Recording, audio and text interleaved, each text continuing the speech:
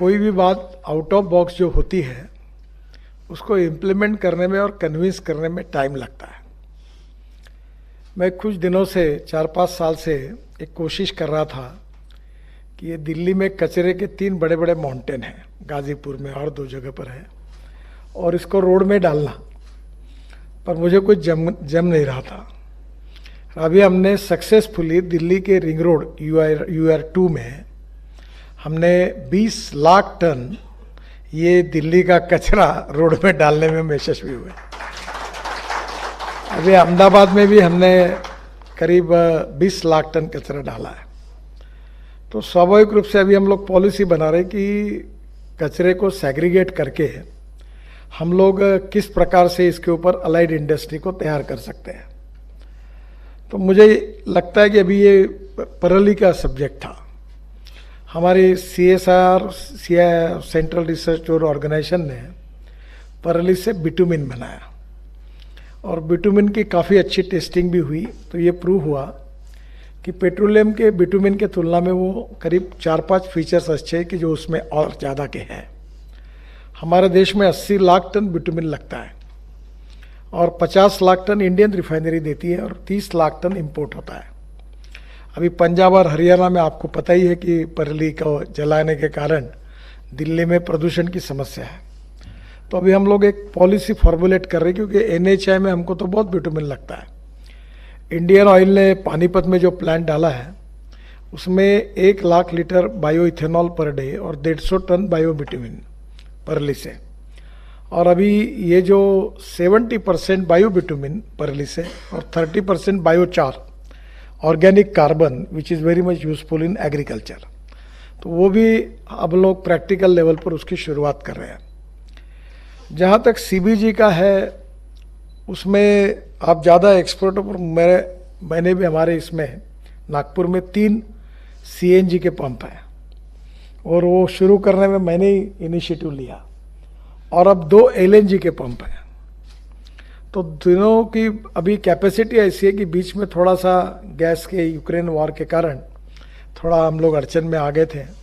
तो हमने पंकज जैन साहब को भी और पेट्रोल मिनिस्टर को कहा था कि लोगों में हम जब गए कि भाई अपनी गाड़ियों को कन्वर्ट करो, और उस समय गैस नहीं मिलता था तो लोगों की गालियाँ भी खाने को मिली, तो थोड़ी सी तकलीफें आई, पर अब फिर से परिस्थिति नॉर्मल हुई। तो प्रॉब्लम सभी इसमें आते हैं। एक इम्पॉर्टेंट चीज़ है कि जो 4 चीज़ें मुझे लगता है वो आप लोग भी उसको मानते ही होंगे। एक तो proven technology, second thing economic viability, third thing is availability of raw material, and fourth is marketability of the finish product. अब सरकार की तरफ से सपोर्ट तो है ही, पर अब मेरे यहाँ जब हम लोग ये 5 पंप हो गए, तो मैं अभी राइस स्ट्रॉ से, हमारे यहाँ 5 डिस्ट्रिक्ट ऐसे हैं जो राइस स्ट्रॉ होता है, और एक बहुत बड़ा राष्ट्रीय प्रकल्प पूरा हुआ है गोसीखुर्द, और वहाँ अभी हमारा पैडी का ये 3 गुना बढ़ रहा है। तो राइस स्ट्रॉ अवेलेबल है। तो मैंने उनको कहा कि ऐसा प्रोजेक्ट डालो कि हमको कम से कम 40 टन ये जो हमारा CBG है ये अगर मिलता है तो हम डायरेक्ट ये LNG और CNG वालों को देंगे। तो धीरे धीरे अपना मार्केट वहीं क्रिएट करने में ज़्यादा फायदा होगा, ऐसा मुझे लगता है। दूसरी बात, ट्रैक्टर, बस और कार कन्वर्ट करने में वो भी काफ़ी किट्स आई है, और ट्रैक्टर में अगर वो कन्वर्शन किया तो मुझे लगता है वैल्यू एडिशन भी ठीक होगा और हमारा सरकार के ऊपर का डिपेंडेंस भी कम होगा। जो रॉ मटेरियल है उसमें अभी बाम्बू के ऊपर हम लोग अनेक दिनों से काम कर रहे हैं, अन्ना साहब भी कर रहे थे। तो अभी जो कोयला है 4000 कैलोरी वैल्यू का कोयला 4500 रुपये टन के इसमें मिलता है। तो अभी हमने ये अपने यमुनानगर से और देश भर के ये जो बाम्बू को 3 mm to 20 mm के टुकड़ों में बनाना और कुछ बाम्बू को पल्वराइज करना और उसको पावर में यूज़ करने का हमने भी एक्सपेरिमेंट शुरू किया है। अब उसमें बाम्बू जो किसान लगा रहे हैं, आप कल ही हमारे हमने क्रैश बैरियर बनाया बाम्बू का, और पहली बार ऑल टेस्टिंग एजेंसी ने उसको अप्रूवल दिए। वणी से यवतमाल तक क्रैश बैरियर बना। अब NHAI में हम लोग कम से कम 5,000 किलोमीटर क्रैश बैरियर बना रहे हैं जो बाम्बू का है, स्टील के बजाय रिप्लेस कर रहे हैं। तो बाम्बू ये ऐसा रॉ मटेरियल है कि जिसकी प्रोडक्टिविटी अच्छी है। कुछ बाम्बू की स्पेसीज ऐसी है जो 1 एकड़ में 200 टन तक जा सकती है, और वेस्टलैंड पड़ी हुई है। जो कोल इंडिया है, मैग्नीज्योर ऑफ इंडिया है, माइनिंग की जगह है, वहाँ डंप पड़े हुए हैं। और बाम्बू ऐसा है कि जो कहीं भी लगा सकते हैं। तो बाम्बू, नेपियर ग्रास और इसके साथ साथ राइस स्ट्रॉ, तो राइस स्ट्रॉ का जो ये है CNG मिलाने में उसको 5 टन से 1 टन मिलता है, और कॉटन स्ट्रॉ 10 टन लगता है, और ये नेपियर ग्रास 12 टन लगता है। तो पहली बात तो मुझे लगता है कि हमने इसमें थोड़ा सा रिसर्च करना चाहिए कि जिससे हम ज़्यादा गैस मिला सकते हैं, ऐसा कौन से स्पेसीज है जिसको हम डेवलप करें। और वो अगर हमको मिलती है तो रॉ मटेरियल कॉस्ट अगर कम होगी और कैपिटल कॉस्ट को भी कम करना। हम जितनी बातें बाहर से लाएंगे उतनी बातों में प्रॉब्लम आएंगे। अभी हमारे यहाँ जो ये म्यूनिसिपल वेस्ट है, उसमें से हम पावर में जलाने के लिए काफ़ी प्रोजेक्ट शुरू हुए हैं। तो बीच में हमारे यहाँ भी हमने 100 टन जलाया, तो कोई बॉयलर में कोई फ़र्क नहीं पड़ा। तो मुझे लगता है आफ्टर मेकिंग डिफरेंट एक्सपेरिमेंट्स, हम लोग पावर में तो इतना बड़ा है कि अगर पावर में अगर कोल का अल्टरनेटिव के रूप में बाम्बू अगर तैयार होता है तो मुझे लगता है कि स्काई इज़ द लिमिट। और इसलिए मटेरियल का सिलेक्शन जो है वो कौन सा करना, ये इस पर रिसर्च करने की ज़्यादा आवश्यकता है। रही बात मार्केटिंग की, अब तो हमारा 80% फॉसिल फ्यूल इंपोर्ट हो रहा है। इथेनॉल का मैंने बोलना नहीं चाहिए कि मैं सरकार में हूँ, पर मंत्री जी ने हमारे कैबिनेट में बताया कि इथेनॉल खरीदी करके हमने कितना पैसा बचाया। अब वो अमाउंट मैं नहीं बताता आपको, क्योंकि कभी कभी नहीं तो मैं सरकार के विरोध में बोला ऐसा अर्थ निकलेगा। इथेनॉल सरकार को बेचकर सरकार का फायदा हुआ है, नुकसान नहीं हुआ है। और इसलिए यहाँ सब्सिडी वगैरह इथेनॉल को देने के बाद तो बाद में आएगी, क्योंकि इंटरनेशनल मार्केट में जो क्रूड की कीमतें बढ़ी उसमें इथेनॉल के सपोर्ट में सरकार को अच्छा हुआ है। एक प्रॉब्लम है कि जो जनरेटर सेट है जिसमें करीब 3,000 करोड़ लीटर डीजल जलता है, तो मैंने बहुत कोशिश करके किर्लोस्कर से, अब रामकृष्णन जी आप वो काम कराइए कि किर्लोस्कर से एक जनरेटर सेट इथेनॉल पर चलने वाला लाया, और वो अभी काफ़ी अच्छा चल रहा है। तो जनरेटर सेट अगर खड़े होंगे तो 3,000 करोड़ लीटर उसमें है। पेट्रोल में 20% जाए तो 1,000 करोड़ लीटर उसमें जाएगा। और अब फ्लेक्स इंजन जो मेरे डिपार्टमेंट में है, कि जैसे वो कैम्ब्री करके मॉडल था कि जिसमें पेट्रोल डालने के बाद 60% पेट्रोल पर और 40% बिजली तैयार करता था। अब टोयोटो ने गाड़ियाँ बनाई है और वो कहते कि ये वो जो है वो 100% इथेनॉल डालेंगे और 40% बिजली तैयार करेंगे। तो पेट्रोल की कॉस्ट 25 रुपये लीटर आती है और पोल्यूशन नहीं है। अब TVS, हीरो और बजाज तीनों ने स्कूटर भी और मोटरसाइकिल भी मेरे आग्रह से तैयार की, वो भी 100% इथेनॉल पे चलती है। एक बीच में प्रयोग हमने किया था कि इथेनॉल का माइलेज और पेट्रोल के माइलेज में फ़र्क है। 1 litre of petrol equal to 1 litre 300 ml of ethanol. तो बीच में रशिया से पंकज जी भी थे, हमने वो साइंटिस्ट को बुलाया, वो मशीन यहाँ लेके आए, और फरीदाबाद में इंडियन ऑयल के जो राम कुमार जी है उन्होंने एक्सपेरिमेंट भी किया। उन्होंने कहा कि उन्होंने ये सिद्ध करके दिया कि पेट्रोल और इथेनॉल का एवरेज सेम आएगा।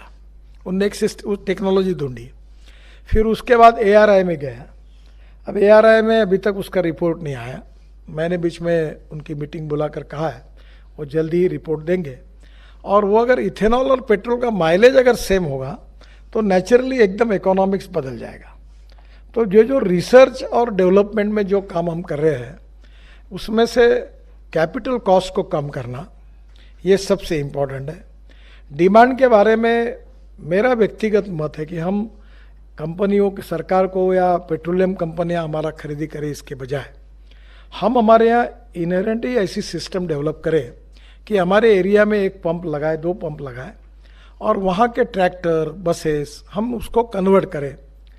जो इकोनॉमिक्स है डीजल और पेट्रोल की तुलना में, उसमें निश्चित रूप से काफ़ी बड़ा इकोनॉमिक फ़ायदा। अभी मैंने ये ब्लू एनर्जी करके कंपनी है, उनके एलएनजी ट्रक को लॉन्च किया, और उनका जो इंजन है वो फियाट का है। तो बीच में धर्मेंद्र प्रधान, मैं और प्रहलाद जोशी जी वो बेंगलोर मैसूर हाईवे का इनॉग्रेशन करके हम लोग आ रहे थे। उस दिन राम कुमार और वैद्य साहब भी हमारे फ्लाइट में थे। तो हम लोग 5 लोग बैठ कर चर्चा कर रहे थे। तो मुझे प्रहलाद जोशी जी ने कहा कि साउथ ईस्टर्न रेल, इसमें हमारे पास इतना कोल है पर हमको रेलवे की रैक नहीं मिल रही। तो मैं आपको उपाय बताता हूँ। मैंने 4-5 ट्रांसपोर्टर को बुलाया और मैंने कहा रेलवे के रेट में ट्रांसपोर्ट करोगे क्या? तो बोले कैसे संभव है? मैंने बोला एलएनजी ट्रक लो आप। एक उनके पास 2-2 हज़ार ट्रक थे। तो बोले हम एलएनजी लेते हैं। एलएनजी का इकोनॉमिक्स समझ में आया तो वो तैयार हो गए। तो मैंने प्रहलाद जोशी को कहा छोड़ो रेलवे को, ये रेलवे का जितना रेट है उसमें तुम्हारा कोयला लाके ट्रांसपोर्ट करने के लिए तैयार है, क्योंकि ये 40 टन का एलएनजी ट्रक जो है वो डीजल की तुलना में उसका 60% ही खर्चा लगता है। तो नेचुरली ऐसे बहुत से ऑप्शन है जिसमें अपना मार्केट क्रिएट हो सकता है। और इलेक्ट्रिक में तो जब मैं कहता था तो हर रोज़ लोग पूछते थे गाड़ी रास्ते में बंद होगी तो क्या होगा, ये होगा तो क्या होगा, वो होगा तो क्या होगा।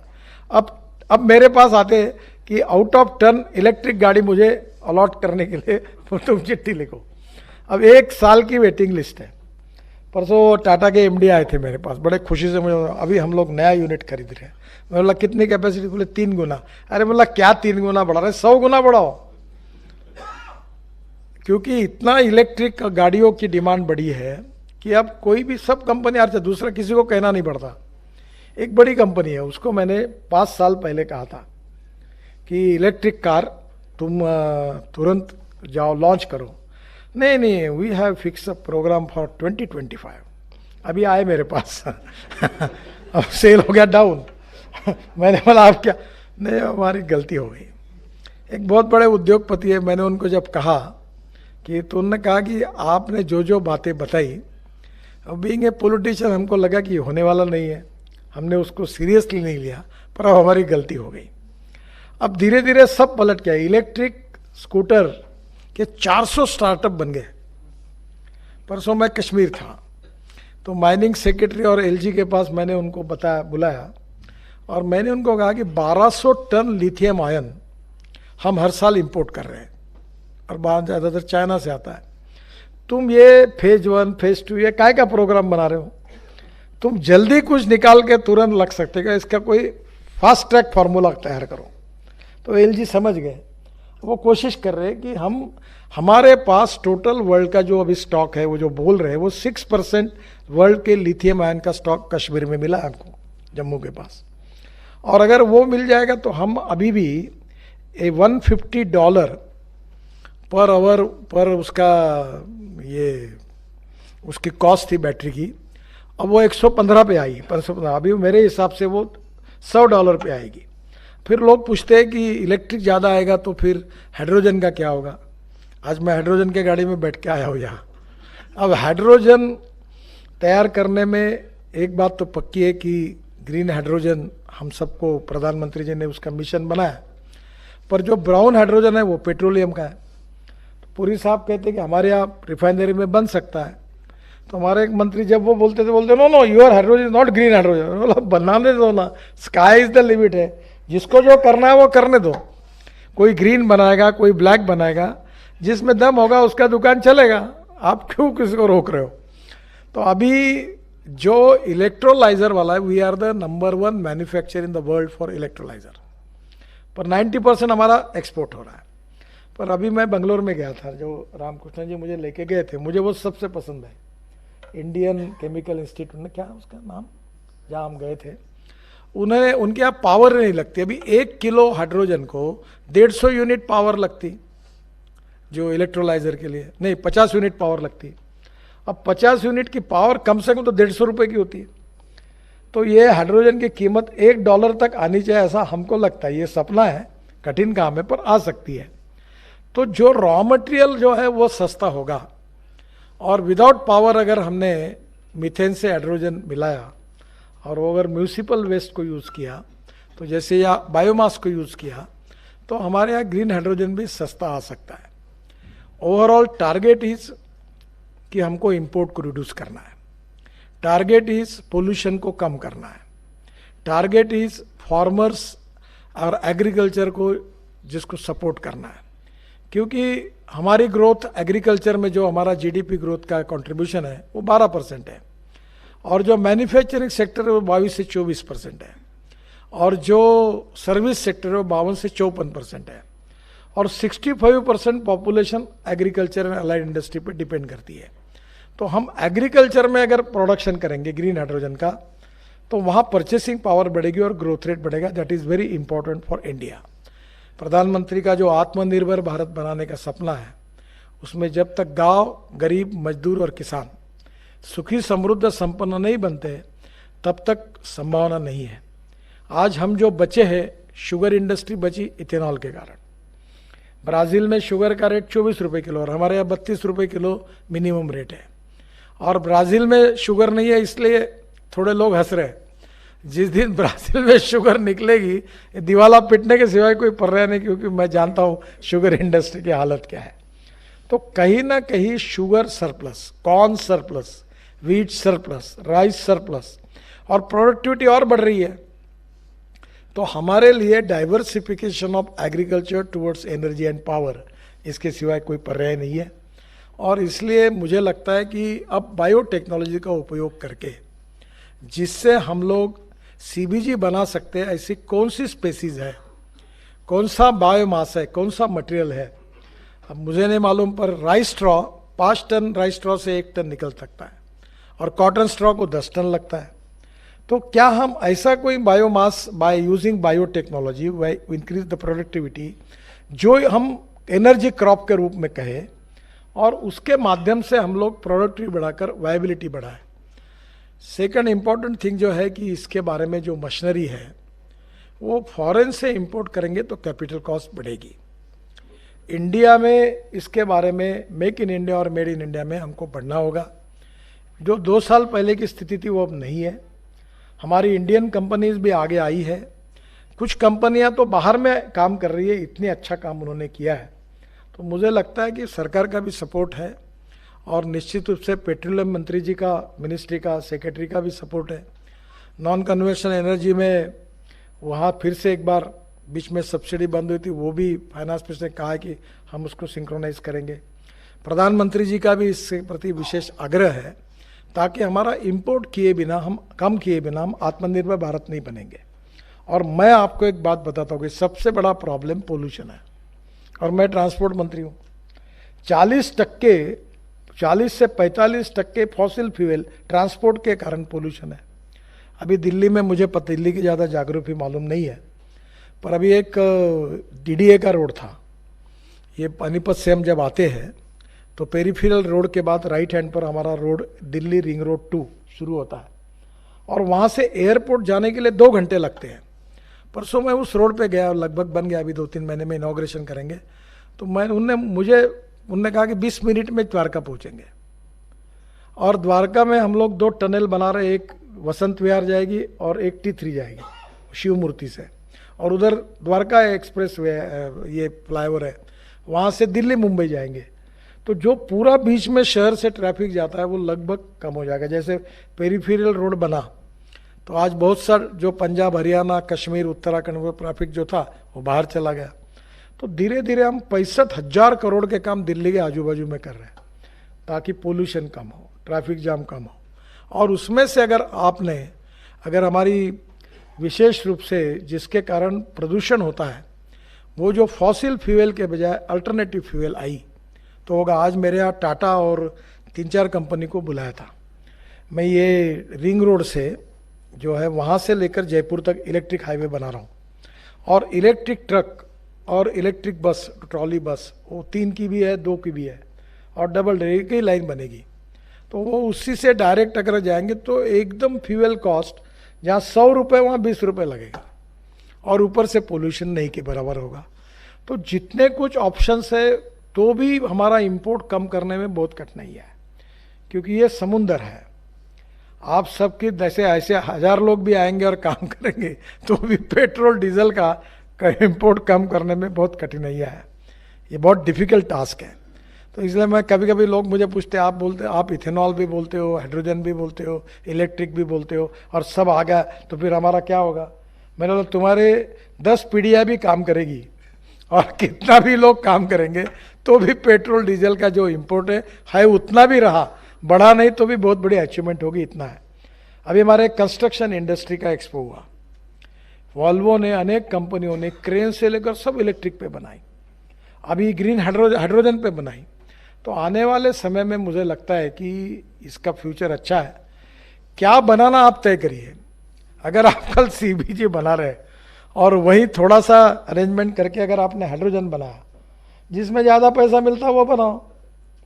अगर सीबीजी में ज़्यादा मिलता है तो सीबीजी बनाओ, सीबीजी के बजाय हाइड्रोजन में मिलता है तो हाइड्रोजन में बनाओ। अभी बहुत दिनों से मैं पीछे लगा हूँ कार्बन डाइऑक्साइड का वैल्यू एडिशन। अभी एक 2-3 एक्सपेरिमेंट मैंने देखे, उन्होंने तो प्रूव किया, मुझे बड़ा आश्चर्य लगा। लार्ज स्केल पर CO2 से भी काफ़ी एक्सपेरिमेंट हुए हैं। तो मुझे लगता है जो बात कि भाई इकोनॉमिक वायबिलिटी के बिना कुछ नहीं होता। टेक्नोलॉजी प्रूवन चाहिए, कैपिटल कॉस्ट कम चाहिए, मार्केटेबिलिटी अच्छे रेट में चाहिए, और जिसमें सबसे ज़्यादा वैल्यू एडिशन है वो हमने करना चाहिए। मुझे लगता है कि सीबीजी का आज का जो प्रोडक्शन है, सरकार का तो सपोर्ट है ही, फिर भी इकोनॉमिकली वायबिलिटी है उसमें, और इसलिए इस इंडस्ट्री को बढ़ाने में, और अभी परली तो बहुत है, पंजाब हरियाणा में तो कोई प्रॉब्लम ही नहीं है, अभी भी कितने लोग जला रहे हैं। तो अगर हमने ठीक प्रकार से एड्रेस किया तो प्रदूषण कम होगा, import substitute, cost effective, pollution free, और creating more employment potential in agriculture, और ग्रोथ रेट में भी कंट्रीब्यूट होगा। तो मुझे लगता है कि जो शुरुआत हुई है, स्टार्टिंग में ट्रबल तो होती है, बहुत बार समस्या है। तो मैं अक्सर लोगों को, तो मैं 2004 से जब इथेनॉल की बात करता था तो हमारे पार्टी में मैं अध्यक्ष था, तो मैं बोलता था ये एग्रीकल्चर में ऐसा। तो मुझे एक बार अडवाणी जी ने कहा क्या इथेनॉल, इतना क्या होने वाला है इससे।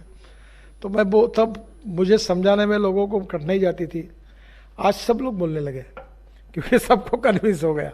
तो आउट ऑफ बॉक्स आइडिया को बेचने में समय लगता है, और वो आप लोग आज जैसे अन्ना साहब पहले बनाते थे, ये रामकृष्णन जी और हम 4-5 लोग थे, तो ये 30-40 लोग यही हॉल में इधर ही बैठते थे, 40-50, आज 200 आए, तो 4 गुना बढ़े। इसका मतलब ये है कि इसमें कुछ ना कुछ लक्ष्मी दर्शन अच्छा होने की संभावना है, इसीलिए आए, कोई सोशल सर्विस के लिए थोड़े आए। देखो, बिजनेस जैसा करना चाहिए, राजनीति जैसी करनी चाहिए, सेवा जैसी करनी चाहिए, मिक्सअप नहीं करना चाहिए। No philosophy can be taught to empty stomach. धंधा करना है तो पैसा कमाना है, उसमें कोई गलती नहीं है। तो आप एक ही काम करो कि कैपिटल कॉस्ट को कम करो। कैपिटल कॉस्ट को कम करने के लिए हमारी एसोसिएशन को मैं अनुरोध करूंगा कि 100% make in India, made in India में हमारे लोगों को लगे तो टेक्नोलॉजी के लिए जॉइंट वेंचर करें और कैपिटल कॉस्ट कम करें।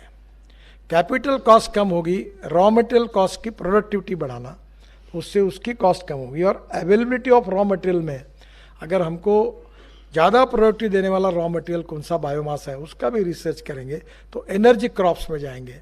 तो मुझे लगता है कि बहुत अच्छा होगा। मैं आप सबको बहुत बहुत अभिनंदन करता हूँ।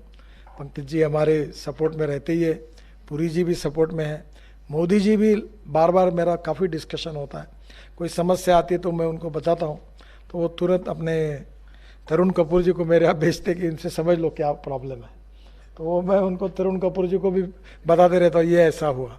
तो मुझे लगता है कि सरकार, गवर्नमेंट इज़ पॉजिटिव, अपॉर्चुनिटी है। अब काम करने वालों को आखिर में एक ही बात मैं कहूँगा जो मैं अक्सर याद रखता हूँ, there are some people who convert problems into opportunities and there are some people who convert opportunities into the problems। तो आप, मुझे लोग बोलते कि आप, मैं कोई विद्वान आदमी नहीं हूँ, मुझे अभी 6 डिलीट मिली है पर अभी डॉक्टर लगातार में, क्योंकि मैं ईमानदारी से समझता हूँ मैं विद्वान नहीं हूँ। तो मुझे बोला आपका काम कैसे होता है, मैं बोला एक ही काम है, मैं ठोक के काम करता हूँ, बुलडोज करता हूँ, हो पटाना होना चाहिए। तो मैंने बोला काम होता है। तो nothing is impossible, impossible word itself it means that I am possible. तो आपकी पॉजिटिविटी, आपका कॉन्फिडेंस और आपकी क्रिएटिविटी और आपकी कमिटमेंट इस फील्ड को बहुत अच्छा फ्यूचर देंगी, ऐसा मेरा विश्वास है। मेरी आप सबको बहुत बहुत बधाई, धन्यवाद।